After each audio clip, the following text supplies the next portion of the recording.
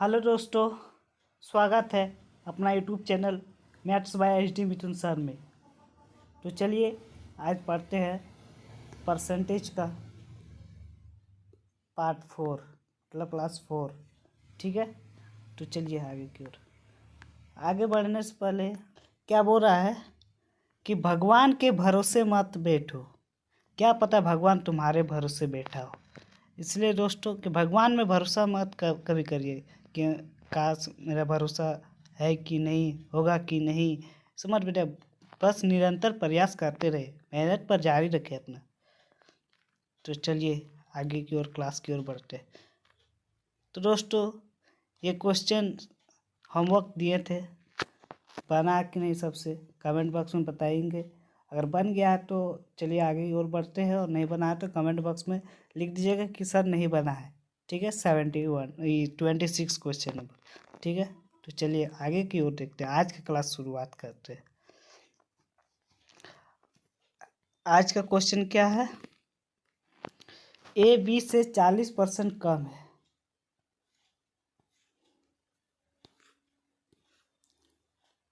A B से 40% कम है और सी ए और बी के योग का 40% है। ए और बी के बीच का अंतर सी का कितना परसेंट है? ठीक है, तो चलिए देखते हैं।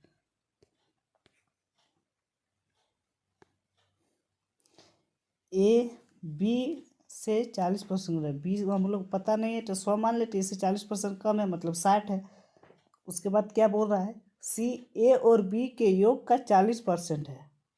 ठीक है, सी जो है ए और बी को अगर जोड़ेंगे तो 160 होगा। 160 का 40% है, 160 का 40% लोग निकाले कितना है? 64। तो उसके बाद क्या बोल रहा है कि ए और बी के बीच का अंतर सी का कितना परसेंट? ए और बी का बीच का अंतर कितना है? 100 और 60 का अंतर कितना है? 40। ए और बी का अंतर कितना है? 40। ठीक है, सी का कितना परसेंट है? सी कितना है? 64। तो 40/64 मल्टीप्लाई 100। ठीक है, उसके बाद कितना से काटे? 8 8 5 40 और 8 8 64। फिर 5 गुना हो जाएगा 100 से, तो 500/8। अगर 1/8 का वैल्यू हम लोग जानेंगे, 1/8 का वैल्यू कितना होता है? 12.5%। ठीक है, 12.5। तो अगर 500 है तो 5 से गुना करेंगे तो 62.5%। ठीक है, तो चलिए आगे क्वेश्चन देखते हैं। यदि ए बी से 28% अधिक है, ए जो है बी से कितना परसेंट अधिक है? 28%। तो बी हमको पता नहीं है, 100 माने हैं, इसका 28% अधिक है तो 128 माने। ठीक है, सी ए और बी के योग से 25% कम है। सी का जो मान दिया है तो ए और बी को जोड़ेंगे तो 128 और 100 जोड़ेंगे तो 228 होगा। 228 का कितना परसेंट कम बता रहा है? 25% कम है। 25% कम है तो कितना परसेंट है? 75% है। 75% हटेगा नीचे 100, काट देंगे इधर 25 × 75, 25 × 4 = 100। ठीक है, और इधर फिर कितना से काटे? फिर 4 से कट जाएगा, 4 5 20, 4 7 28, फिर 3 मल्टीप्लाई होगा 57 से तो 171 आ जाएगा सी का मान। ठीक है, अब क्वेश्चन क्या बोल रहा है देखिए, सी ए से कितना परसेंट अधिक है? तो ए कितना है? एक सी ए से कितना परसेंट अधिक है? तो सी का वैल्यू कितना निकला? 171 माइनस 128। 128 ए का वैल्यू है। ठीक है, देखिए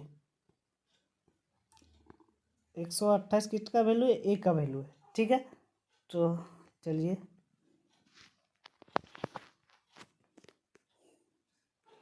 कितना डिफरेंट कितना निकल गया? 43। ठीक है, अब क्या क्वेश्चन बोल रहा है? सी ए से कितना प्रतिशत अधिक होगा? कितना प्रतिशत? 43 डिफरेंट निकल गया। अधिक और कम का मतलब डिफरेंट होता है। डिफरेंट 43 किससे ज़्यादा है? किससे बोला? ए से। ए का मान कितना है? 128, 128। ठीक है, 128% ही निकालने के लिए गुना 100 किए। ठीक है, तो चलिए अब काटते हैं तो कितना हो जाएगा इधर से? कितना से काटे हैं, मतलब इधर 25, 4 से, 4 25 में 100 और 4 32 में 128, ठीक है। तो 43 गुना हो जाएगा 25 से, और नीचे 32 बचा है, ठीक है। 1075/32%, ठीक है। अब इसको डिवाइड देंगे तो 33.6% आंसर आ जाएगा मेरा, ठीक है। तो चलिए आगे की ओर देखते हैं। ए की आय बी की आय से 45% अधिक है, ठीक है। चलो क्वेश्चन के अनुसार हम लोग लिखते चलते हैं। क्या बोल रहा है, ए की आय बी की आय से 45% अधिक है, ठीक है। ए की आय बी की आय से कितना परसेंट, 45% अधिक है, ठीक है, लिख दिए। सी की आय ए और बी की आय के योग से 60% कम है, लिखते हैं। सी की आय जो है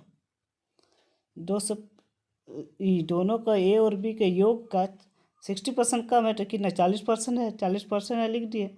तो अब काटे हैं 20 से, काटे हैं 2 बार में 40, 20 से काटे हैं 5 बार में 100, फिर 5 से काटे हैं 49 बार में 245, ठीक है। 49 गुना हो जाएगा 2 से तो 98, सी का वैल्यू कितना आएगा 98। फिर क्वेश्चन क्या बोलता है आगे की ओर देखते हैं। तो डी की आय सी की तुलना में 20% अधिक है,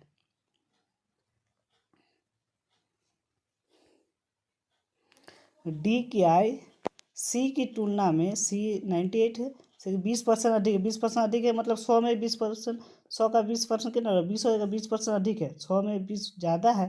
तो फिर काटे 20 से 6 बार में, 20 से 5 बार में, ठीक है। तो इसको 98 को गुना कर दिए 6 से, तो 588 हो जाएगा, 588/5। इसको अगर डिवाइड देंगे तो 117.6 आ जाएगा, ठीक है। अब क्वेश्चन फिर क्या बोल रहा है, बी और डी की आय के बीच का अंतर 13,200 है। बी और डी, बी का वैल्यू 100 है और डी का वैल्यू 117.6 है, तो कितना 100 और 117.6 का डिफरेंस कितना आ जाएगा 17.6, ठीक है। वो इसी का 17.6 का वैल्यू दिया है 13,200, तो 1% 17.6 का वैल्यू इतना दिया, तो एक का मान कितना हो जाएगा 750, डिवाइड देंगे तो 750, ठीक है।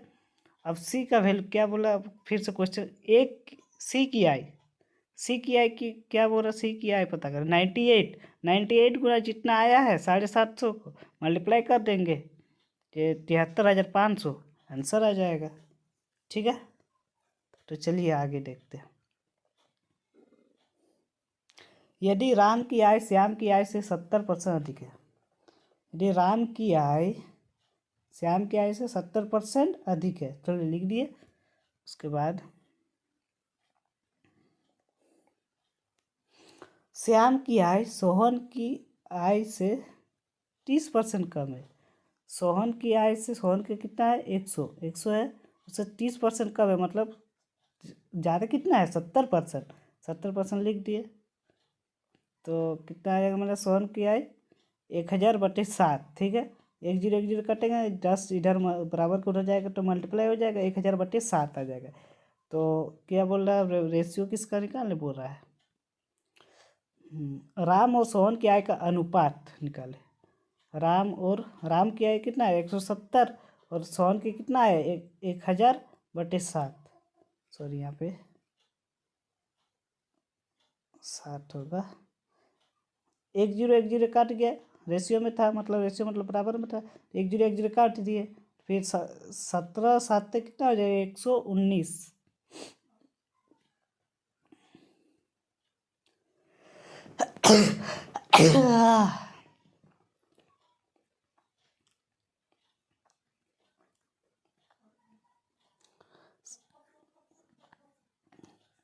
17 7 119 बचा 100, ठीक है। तो चलिए आगे की ओर देखते हैं। ए बी से 25% कम है, ठीक है। ए बी से 25% कम है, बी सी से 30% कम है, बी सी से 30% कम है, सी डी से 50% अधिक है, सी डी से 50% अधिक है। यदि ए और सी के बीच का अंतर, ठीक है, अब रेशियो में इसको बना दिए कि 25 टिया 75, 25 4 100, ठीक है। और इसको 10 7 70, 10 से 100, ठीक है। उसके बाद 50 टिया 150, 50 दूनी 100, ठीक है। उसके बाद रेशियो में हम लोग ABCD का मान निकाल लेंगे, ठीक है।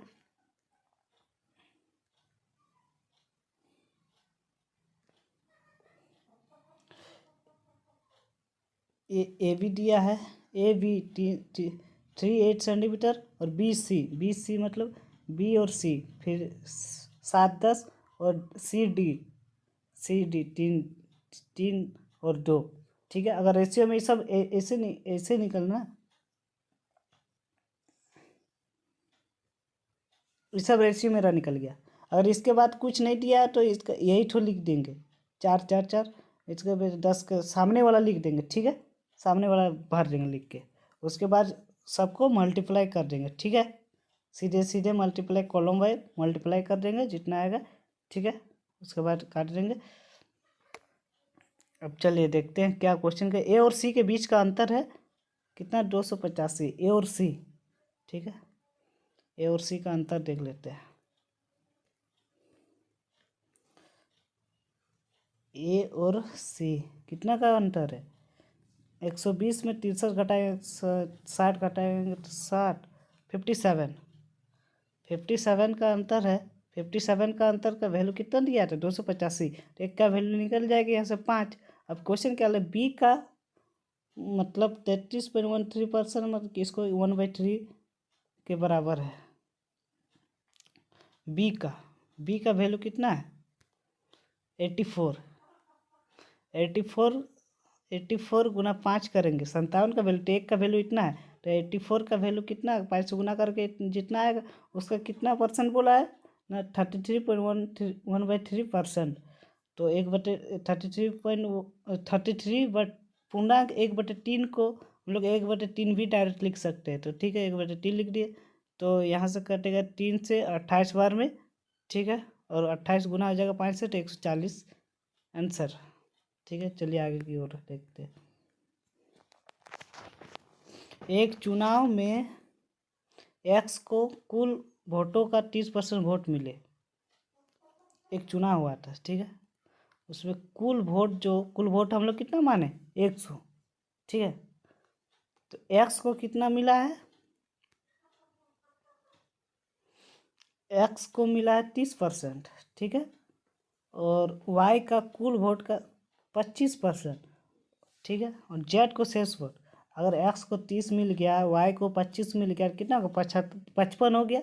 और बचा कितना, शेष वोट 45%, जो किसको मिला है, जेड को, ठीक है।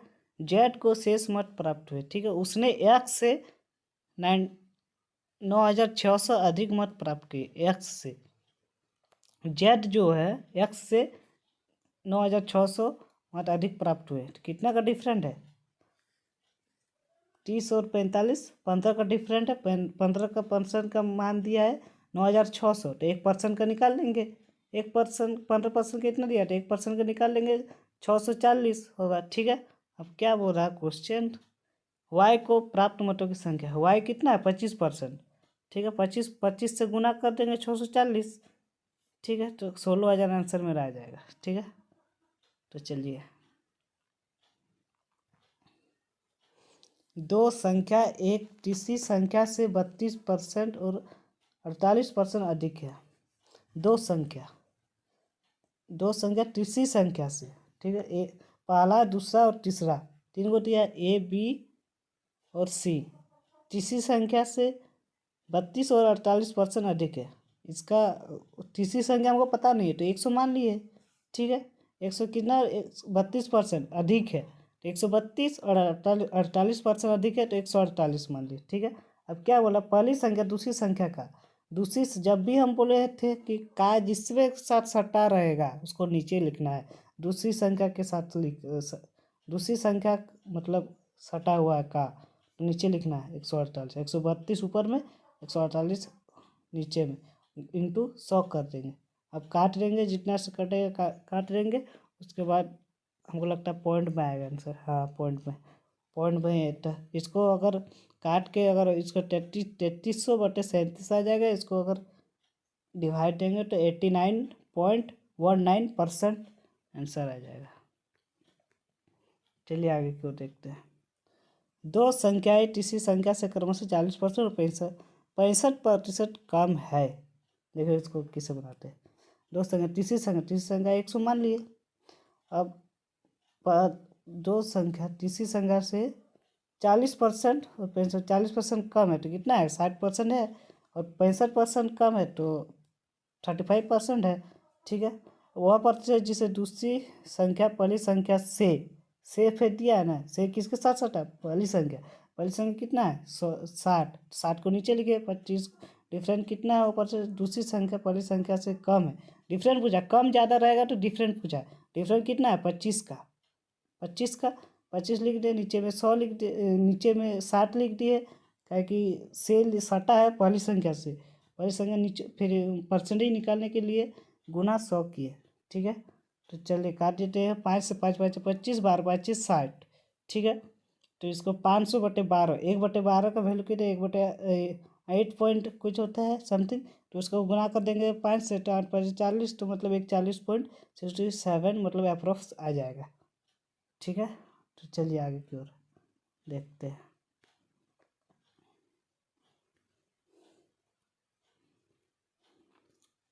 अरे एक स्कूटर के मूल्य में क्रमिक तौर पर 10%, 5% और 15% की वृद्धि होती है। स्कूटर की कीमत में कुल कितने प्रतिशत की वृद्धि हुई। एक स्कूटर जो था उसका मूल्य में वृद्धि हुई, रेशियो में बनाते हैं। 10% का वैल्यू हम लोग कितना लिखते हैं 1/10% हटेगा तो नीचे 100 आएगा, 1 0 1 0 कटेगा 1/10। 5% को 1/20 और 15% को फिर अगर कटेगा 5 × 15, 5 20 से 100। ठीक है, चलिए अब लिखते हैं कितना ज़्यादा है। अरे 10 से एक ज़्यादा हो रहा है 11 हो रहा है। ठीक है, फिर 20 से एक ज़्यादा हो रहा है 21 हो रहा है, फिर 20 से 3 ज़्यादा हो रहा है 23 हो रहा है। इसको अगर मल्टीप्लाई करेंगे तो 4000 आएगा पहले, और नई कीमत में तो कितना 5313 आएगा। ठीक है, अब क्वेश्चन में क्या बोला है, स्कूटर की कीमत में कुल कितने प्रतिशत की वृद्धि हुई। स्कूटर के इसका डिफरेंस निकालेंगे, इसका डिफरेंस कितना आएगा 1313 1313 आएगा। और स्कूटर कीमत में कुल कितने प्रतिशत की वृद्धि हुई, कि इसमें पहले का कीमत कितना था, इतना तो वृद्धि हुई मेरा 1313, और पहले कीमत कितना 4000। फिर परसेंटेज निकालने के लिए 100 से गुना किए, 1 0 1 0 काटे, इधर भी 1 0 1 0 1 0 काटा, फिर जितना 40 से इसको काट दिए 32.33/40% आंसर आ जाएगा। ठीक है, अपने हिसाब से काट लीजिएगा या डिवाइड दे दीजिएगा। ठीक है, तो चलिए सेकेंड मेथड इसी का देखते हैं। कितना वृद्धि हुई 10%, 5%, फिर 15%। तो इसको बोलते हैं इफेक्टिव रेट। ठीक है, प्रभावी दर। टोटल कितना बढ़ा 30% हुआ वृद्धि। ठीक है, तो पहले इसको सबको जोड़ देंगे। ठीक है, जोड़ लिए 30% आ गया। फिर इसको पहले गुना किए, 10 को 5 से गुना किए 50, 5 को 50 और 5 को गुना किए 15 से 75। 50 और 75 कितना हो जाएगा 125, और 10 को गुना किए फिर 15 से तो 150 कितना आ जाएगा 275। 175 और सॉरी 125 और 150 कितना आ जाएगा 275। ठीक, 275/2, नीचे 2 0 देना है, उसके बाद फिर प्लस देना है, फिर इसको तीनों को मल्टीप्लाई कर देना है। ठीक है, 15 5 75, 75 गुना 10 750, फिर इसमें 4 को 0 लगाना है। ठीक है, अब इसको 30 पॉइंट, अगर नीचे 2 जीरो है तो 2 डिजिट के पहले पॉइंट लगेगा 2.75, नीचे 4 जीरो है 4 डिजिट के पहले पॉइंट लगेगा, तो 4 डिजिट यहाँ नहीं 4 डिजिट बनाना पड़ेगा, तो पहले 0 लगा दो 4 डिजिट बन जाएगा। ठीक है। तो यहाँ पे 1 0 छूट गया। ठीक है, अब इसको जोड़ देंगे तो यही मेरा 32.825 आंसर आ जाएगा। चलिए आज का होमवर्क ये रहा, एक शहर की जनसंख्या में पहले, दूसरे और तीसरे वर्ष में क्रमशः 5%, 2% और 6% की वृद्धि हुई। तीसरे वर्ष के अंत में जनसंख्या 56,763 हो गई। शहर की प्रारंभिक जनसंख्या ज्ञात कीजिए। ठीक है, तो आज होमवर्क बना लोगे आप लोग, नहीं बनेगा तो कमेंट बॉक्स में बताना, हम बता देंगे। ठीक है, तो दोस्तों आप लोग सब्सक्राइब नहीं करते चैनल को, प्लीज़ सब्सक्राइब कर दीजिए। इसमें तो आपको पैसा नहीं लग रहा है ना, कर दीजिए। कोई मेहनत कर रहा तो थोड़ा ध्यान दे दीजिए इसके ऊपर। तो चलिए, वीडियो को like, comment, share and subscribe जरूर कीजिएगा। चलिए, बाय बाय, टेक केयर।